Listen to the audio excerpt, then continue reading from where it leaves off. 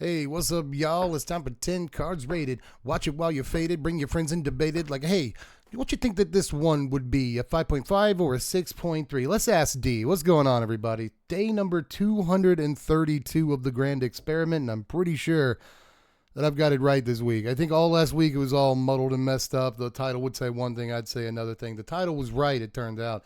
I was stupid, and I don't know how I got mixed up on this, but we're actually back in the past now. Back in the past, Samurai Jack. It's part of the theme song. I forget the exact words to that. But anyway, we're on day number 232, and I've already wasted enough time rapping, so I should probably go ahead and get to the first card.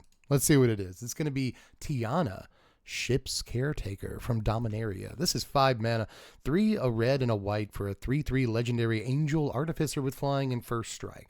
Whenever an aura or equipment you control is put into a graveyard from the battlefield, you may return that card to its owner's hand at the beginning of the next end step. Wow, so I gotta pay 5 mana for TT here, and then a thing's got to, like an aura's got to go to the graveyard, so a creature's got to die is usually what that means. An equipment's got to go to the graveyard, so it got hit by some sort of shatter effect, right?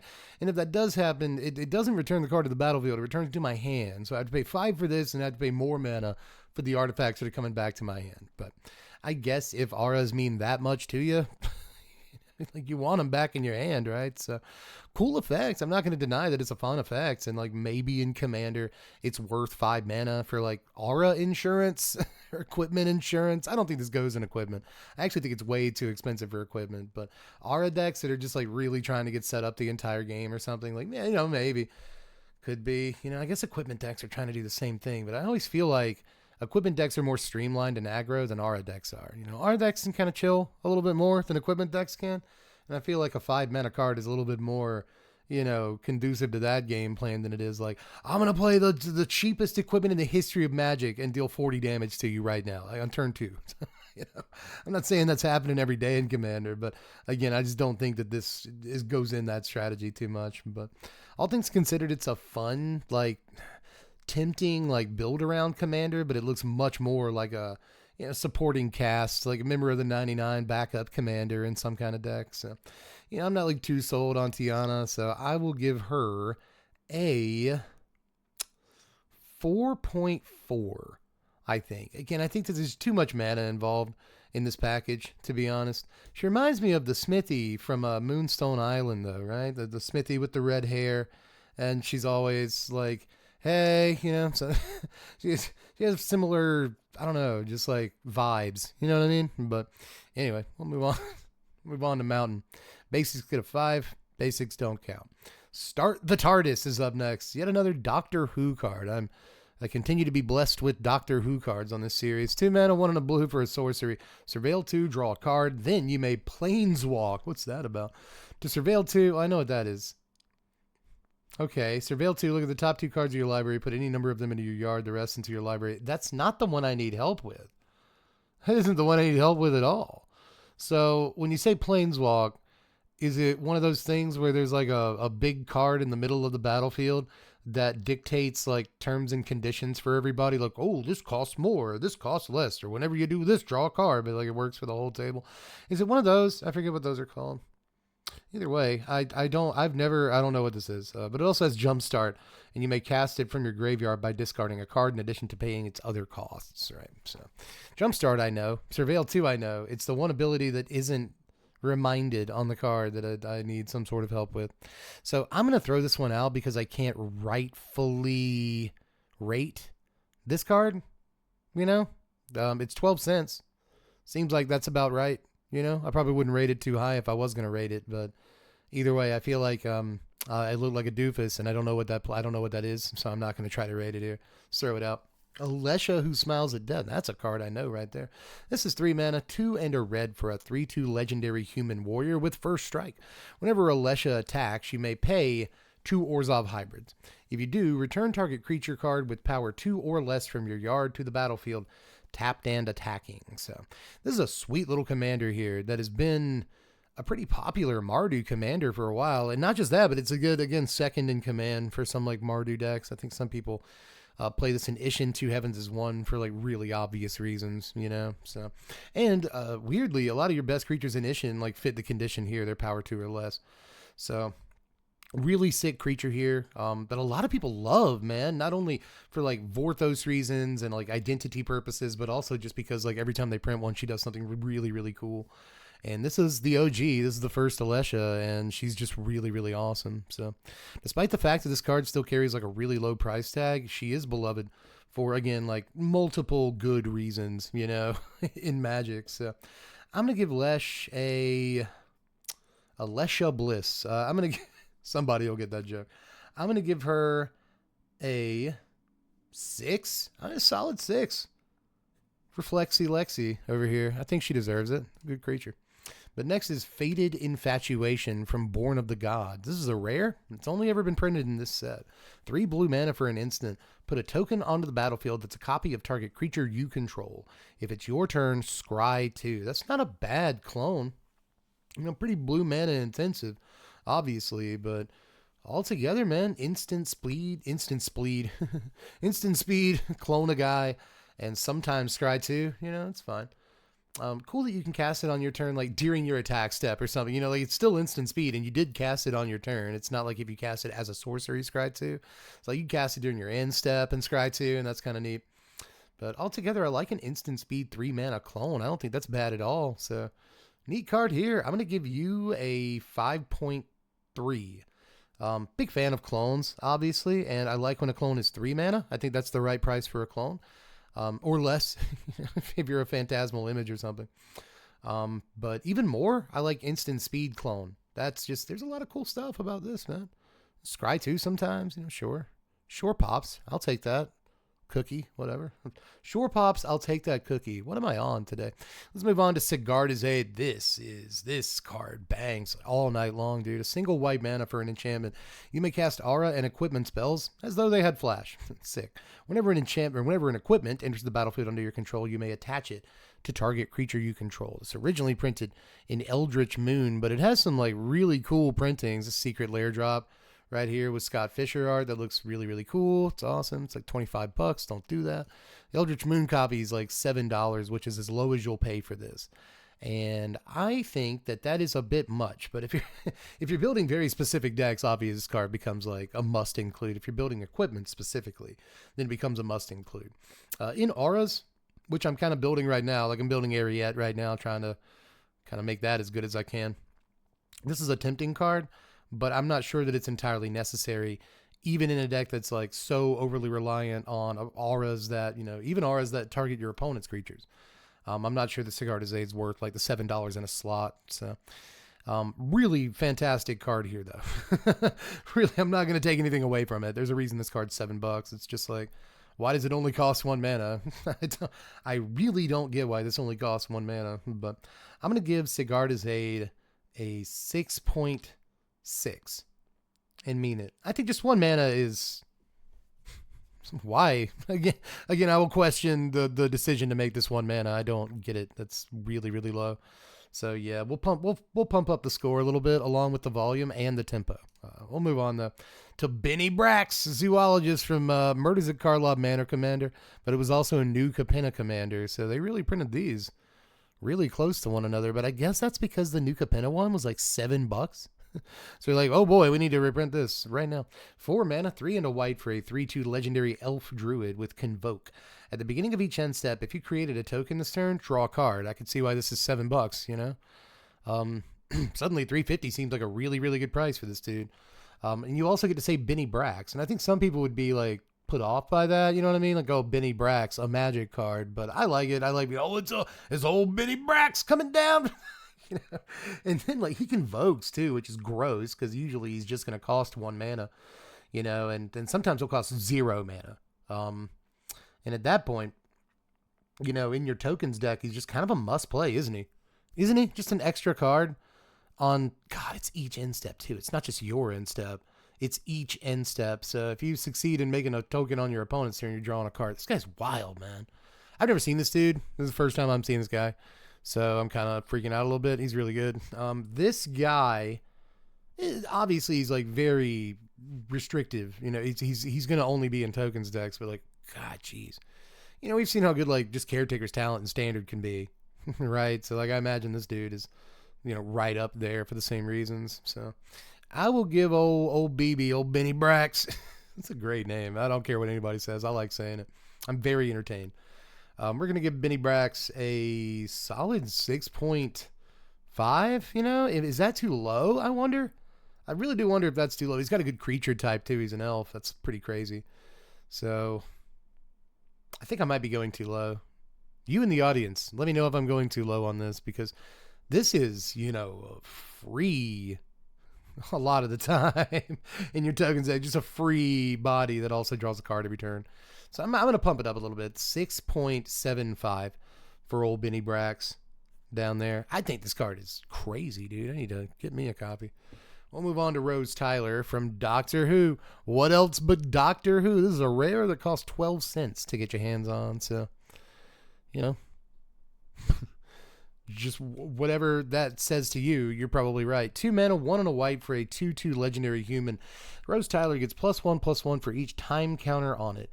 It also has Bad Wolf. When Rose Tyler attacks, put a time counter on it for each suspended card you own and each other permanent you control with a time counter on it. Okay, so neat. This also has Doctor's Companions, so you can have 2 commanders if both of them are doctors. First of all, pretty lady, I'll say that much. But second of all, I like that this isn't like 100% parasitic to the Doctor Who set, like you see with a lot of cards in this set. Or it's not trying to do something like super wacky. Like, it is playing around with a mechanic that you don't see too much of. And I assume there's a lot of time counter stuff in the Doctor Who set, which I fully support. But, you know, with even just stuff like Ancestral Vision or like Greater Gargadon, you know, you can do some pretty wild stuff with this. It sucks that it's mono white, because if this was like blue white, I feel like it'd be like a way better commander than it currently is. But like, I guess white has like some time counter stuff that you can do. I guess it's kind of relying on the fact that it can partner up with another doctor to get some more like color identities in there, because it's probably really good if you add a color identity or two. I don't know, I like her altogether, but she probably doesn't work super well like by herself, right? So kind of takes all the fun out of it in some ways. I'm gonna give it a 4. I do think that it's just probably too narrow, all things considered, and the kind of deck that it wants to be in or be the commander of or whatever is probably like super rare, honestly, to encounter. So cool card, I'll give her that, but she's probably not that great. Next is Zevlor, Elturel Exile. Did I get that right? I don't know. What's a real version of this card look like? It's from Commander, Battle for Baldur's Gate or whatever. So the Dungeons and Dragons Commander set. 4 mana, 1 blue, red, black. So 1 in Grixis for a 4/2 legendary Tiefling Warrior with haste. You can pay. Am I saying that right, by the way? Is it Tiefling? Or am I? Just let me know. I'm sure you will. This has haste, and you can pay 2 and tap it whenever you next cast an instant or sorcery spell that targets a single opponent or a single permanent an opponent controls this turn. Ugh, for each other opponent, good God, choose that player or permanent they control, copy that spell, and copy targets the chosen player or permanent. Okay, so broken down, what this actually does is whenever you cast a thing, an instant or sorcery, so let's just shorten that to thing. Whenever you cast a thing that targets one person, it targets just Susie or one of Susie's creatures, you get to copy that spell and then choose different targets. So that's actually wild. It's actually pretty good. This does cost 4 mana to play and 6 mana to use the turn that it comes out. But like, luckily you can use the turn it comes out as haste. So that's pretty fire. Of course, that's just the mana to play it and tap it, right? You still have to be able to cast an instant or sorcery at that point. So it's going to cost like 6 to 8 mana to like really do anything with it. But it is really cool. What a sick looking magic card, dude. I think that it's probably just like a little too expensive and like honestly too fragile too. You know, you're paying 4 mana, sometimes 6, 8, 10 mana, depending on how many times you're casting it from your command zone for a 2 toughness creature, you know, and you have to have like good instants and sorceries that work with it. You have to have good targets, you know, like just because Susie has a creature, it doesn't mean Bobby and Samantha also have creatures, right? So I just, you know, I'm just not like super sure, but this is one of those that, like, I got excited about it first, and like the more my brain processes it, the more I'm like, wait a minute, you know what I mean? So I'm not like super convinced, but I still will give him like a 4.8 because that I've talked about it a million times before. That, you know, interesting commander build around potential will really like catapult you up in terms of score sometimes, because that's mostly what we're rating for is cash commander. And if I want to build around you, that'll help your score a little bit. We'll move on to Feed the Swarm. That's a good removal spell. It's amazing how much this has been reprinted already. It was printed originally in Zendikar Rising, which was really not that long ago, dude. 2020 is the trademark date on this. 2020. So in 5 years, it's been reprinted like 12 times. It's kind of crazy. This is 1 and a black for a sorcery.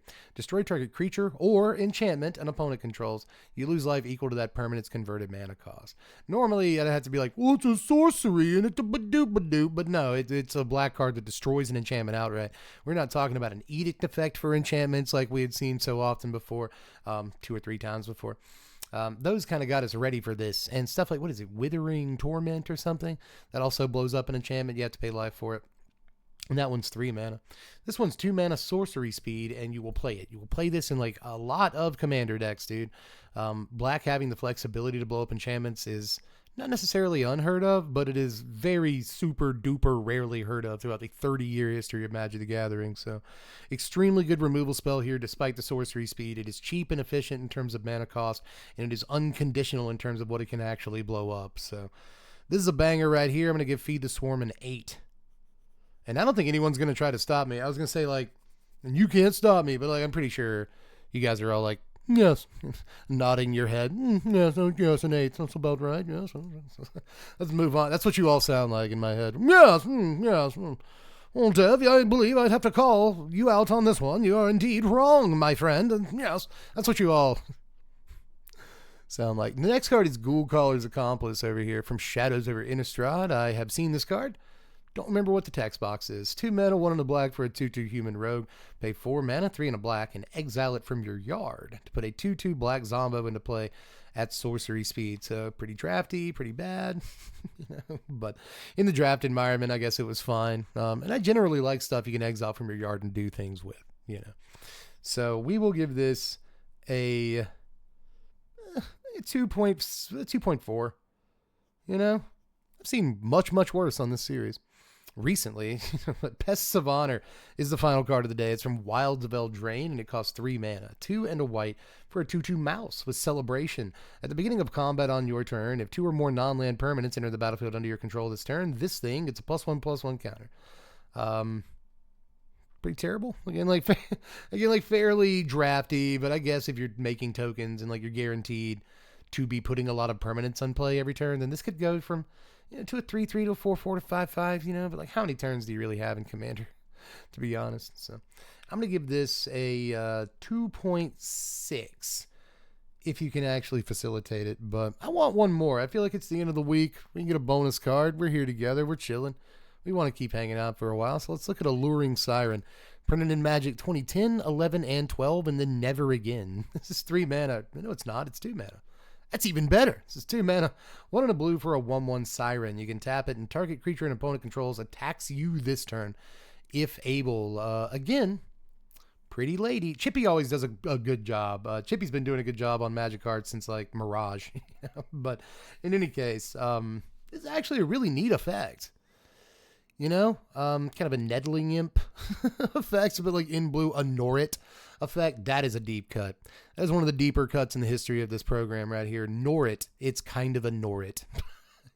Those cards are typically black, you know. This is a blue card that lures a creature into attacking you, and that could be really good depending on what your setup is. It's just, I don't know. There's not a million cards like this in blue, but there are like 10. So, you know, it's not like extremely unique, but like it's unique enough to kind of catch my eye. So not bad at all. I will give this a 3.9, and that is again only because like it's really unique. You don't see a creature like this every day. But as far as like actually breaking it, it's maybe gonna be tough, you know. But in any case, that is all for today, ladies and gentlemen. We will see you for a fresh week. And it's been kind of a low week in terms of views for the series. mostly because it's also, Tarkir Dragonstorm preview season, and most people want to watch one video a day, so they watch the preview video. So a quick thank you this week to all the people who are sticking with the series for preview season. And if you're going back and watching the videos you missed after preview season's over, I see you too. No hard feelings. I'm glad that you're here. But anyway, that's all I got for this one, guys. I'll see you tomorrow. Bye.